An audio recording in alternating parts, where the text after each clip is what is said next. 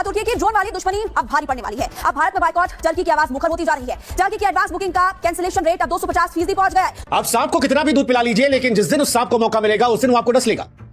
Turkey और Azerbaijan जैसे देश भी हिंदुस्तान के लिए वही सांप है। टर्की को सलाह दी जा रही है कि टर्की के वज़ीर आज़म ने कल रात टर्किश प्रेसिडेंट ने बड़ी खुली एक ट्वीट की, ठीक है जी, और उसका मतलब ये था कि stands with Pakistan in every way. China, Turkey और उसके साथ अजरबैजान पाकिस्तान के साथ खड़े रहे इस पाक भारत कह लीजिए के कॉन्फ्लिक्ट में, या फिर इस पाक भारत की जो लड़ाई चल रही थी उसके अंदर। तो उससे नाराज होकर भारत की गवर्नमेंट ने, या भारत के लोगों गवर्नमेंट ने जो है वो ये कहा है कि उनके लोग जो है भारत में ये कहा गया कि अवॉइड करें किसी भी तरह की ट्रैवलिंग, जो अगर ट्रैवल उन्होंने करना हो। या शहर शहर से आवाज आ रही है कि अब टर्की बर्दाश्त नहीं। पाकिस्तान शायद इस वक्त सफारती महाज पे आइसोलेशन का शिकार है, तो दुनिया जो है वो भारत की साथ ट्रेड और इकोनॉमिक इंटरेस्ट की वजह से बहुत ज्यादा क्लोजली अटैच्ड है। मानवता के ऊपर, इंसानियत के ऊपर, आतंकवाद के ऊपर मजहब देखकर इन्होंने समर्थन कर दिया। हर एक हिंदुस्तानी के दिलों में इसको लेकर आग जलती भी रहनी चाहिए।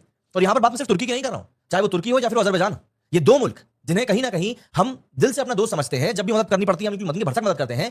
इन दोनों ही देशों ने हमारी पीठ पे छुरा भोंका है, और अगर हमारे देश की तरफ से कोई जाकर इनकी पैरवी करेगा या इनकी लल्लो चप्पो करेगा तो वो Indians are now cancelling holidays in popular resorts, especially in Turkey and Azerbaijan, after these two countries openly supported Pakistan during its recent conflict. Boycott से घबरा गया है तुर्की। ये तो डेमोक्रेसी नहीं है, ये आरएसएस फैशिस्ट स्टेट है। ये अब टर्की क्योंकि एक इस्लामिक कंट्री है और उसका वैसे तो स्टैंड देखे तो हमेशा से पाकिस्तान के साथ ही स्टैंड है ना, लेकिन वो ट्रेड भी चाहता है भारत से, लेकिन इस वॉर में वो खुल के सामने आ गया। तैयब उर्दवान का चेहरा भारतीयों को नजर आ गया। वो कह रहे हैं कि ये तो हमारे खिलाफ है, इन्होंने तो इंडिया के दुश्मन पाकिस्तान का साथ दिया। टर्की को सलाह दी जा रही है कि टर्की के वज़ीर आज़म ने कल रात टर्किश प्रेसिडेंट ने बड़ी खुली एक ट्वीट की, ठीक है जी, और उसका मतलब ये था कि stands with Pakistan in every way. Indians का एक स्टैंड ये है कि जब तुर्की में ज़ल्ज़ला आया तो टर्की के अर्थक्वेक में इंडियंस ने बहुत ज्यादा एड भेजी टर्की में, यानी इंडियंस ने टर्की की बहुत मदद की थी। तुर्की ने भारतीयों से अपील की है कि वो तुर्की का बहिष्कार न करें। तो मैं डर गया हूं, अब इनके साथ क्या बात हो सकती है। विनय न माने जल से जड़, भय 3 दिन बीत, बोले राम सकोप तब, भय बिन होई न प्रीत। अभी हमारे शहरों तक तो आ गए, ये ड्रोन गिराए चले जा रहे हैं। और मैं कल भी कही थी, बदकिस्मती से हमारा पड़ोसी अपना पड़ोसी तब्दील नहीं कर सकते। जाहिर बात है, जो जुग्राफिया की हैसियत है उसके हिसाब से देखा जाए तो खिते में पड़ोसी हमारे रहेगा और हमें इसको बर्दाश्त करना है, लेकिन हमने स्मार्टली वाइजली डिसीजन लेना है कि हमारी क्या स्ट्रैटेजी होगी, हमने इनको हैंडल कैसे करना है। जब पाकिस्तान पर भारत का हमला हो रहा था तो पाकिस्तान ने ट्रंप से राब्ता किया और कहा कि हम कीमियाई हथियार इस्तेमाल कर देंगे, हम न्यूक्लियर बम मार देंगे। मोदी ने 3-4 दफा कहा इट्स न्यू नॉर्मल, तो हमारा न्यू नॉर्मल क्या? ये आदमी मिनॉरिटीज का दुश्मन है, he is there to finish Pakistan, ये और नेतन्याहू।